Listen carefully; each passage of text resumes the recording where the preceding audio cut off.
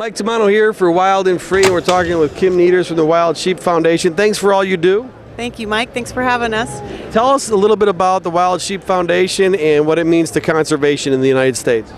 Wild Sheep Foundation incorporated in 1977. We are on our 38th annual convention this next year in 2015. To date, this last convention, we raised $3.9 million just in permit special tags alone.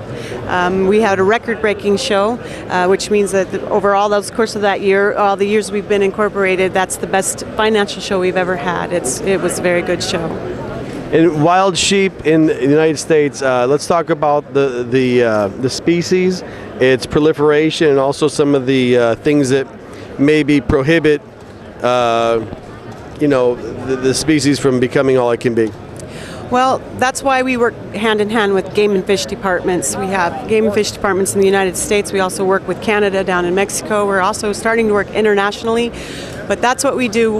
We want to make sure that the hunting rights are still there, but we also want to make sure the herds are still there. When we have a permit that's being sold, that money goes back to that state to make sure that they have the monies to fund the projects that they have.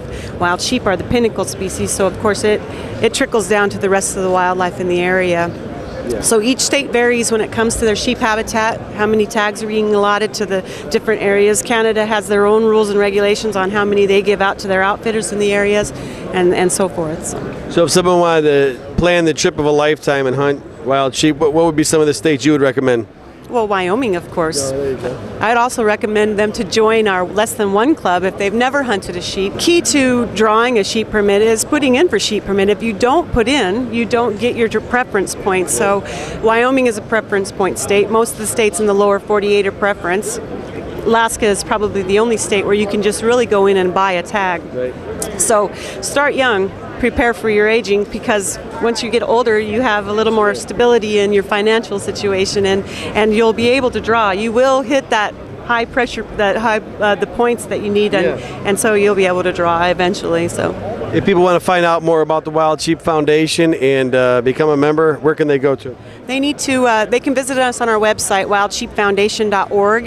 They can call the headquarters in Cody, Wyoming at 307-527-6261. Anybody there will help you. So yeah, it's a great organization. So it's a pleasure talking with Kim Nieters from the Wild Sheep Foundation. I'm Mike Tamano's Wild and Free.